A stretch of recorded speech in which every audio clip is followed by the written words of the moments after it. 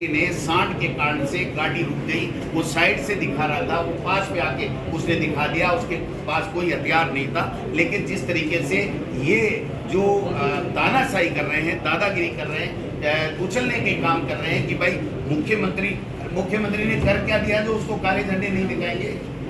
मुख्यमंत्री को काले झंडे इसलिए दिखाए गए सीकर चूरू में कि वहां पर संभाग खत्म कर दिया। वकील हड़ताल के ऊपर बैठे, 50 दिन से जनता में आक्रोश है।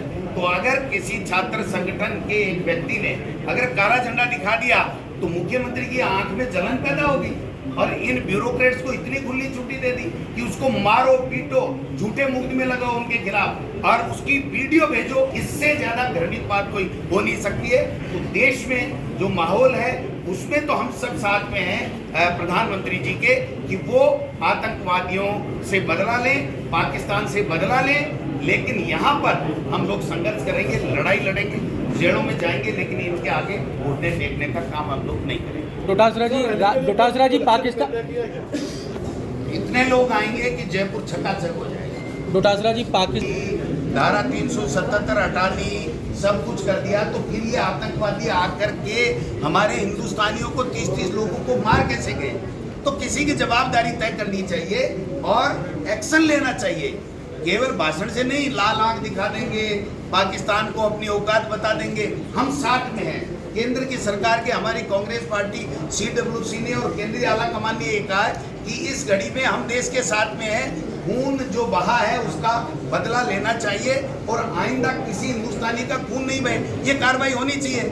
लेकिन इनके तो अपनी सीट बचाने के लिए, अपनी राजनीति बचाने के लिए, अपनी सरकारें बचाने के लिए फुर्सत नहीं। और यहाँ तो भाई साहब 1.5 साल से जो तांडव नृत्य चल रहा है, अधिकारियों की इतनी मोनोपोली हो गई है। आप बताइए कि DG फोन नहीं उठाए किसी का, नेता प्रतिपक्ष का फोन नहीं उठाए, प्रदेश अध्यक्ष का फोन नहीं उठाए, CMO में बैठे हुए अधिकारी फोन नहीं उठाए। तो क्या आप क्या उम्मीद करते हो इनसे?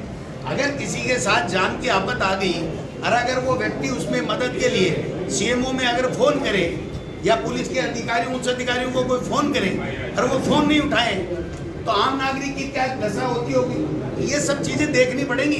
केवल प्रधानमंत्री जी ने वहां पर मीटिंग कर ली एयरपोर्ट पे, ये दिखाने से नहीं होगा, ये करना पड़ेगा। और अगर उनके साथ में कोई भी जो बदले की कार्रवाई करेंगे, हमारा देश साथ में है।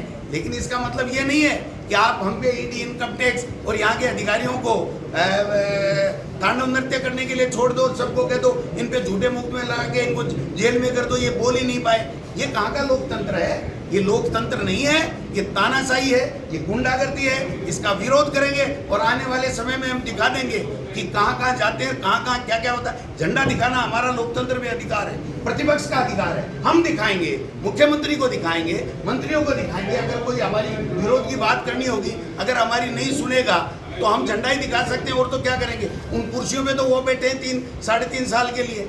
तो इसलिए ब्यूरोक्रेसी को इतना अधिकार नहीं देना चाहिए कि CMO में बैठा हुए अधिकारी ये कहें कि मुझे वीडियो उसके जो है कुल्ले कूटते हुए कि मेरे को वीडियो चाहिए। इससे बड़ी शर्म की क्या बात हो सकती है?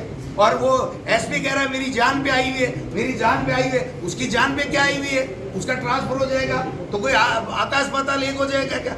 ये तो जो तांडव नृत्य चल रहा है, ये आप सब लोगों से मैं अपील करना चाहूंगा कि आम जनता का क्या हो रहा होगा जब इस तरीके से इन लोगों के साथ प्रतिपक्ष हो रहा है। ऐसी क्या कार्रवाई की गई कि पहलगाम में ये 30-30 लोगों की हत्या हो गई, निर्मम हत्या हो गई।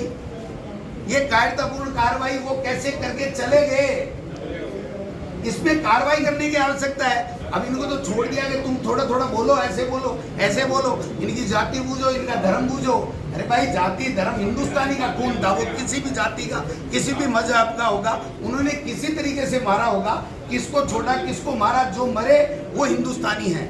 और उन हिंदुस्तानियों के खून का बदला देश के प्रधानमंत्री जी को लेना चाहिए और उस बदला लेने में पूरा देश, हर पार्टी उनके साथ में है। यही मतलब।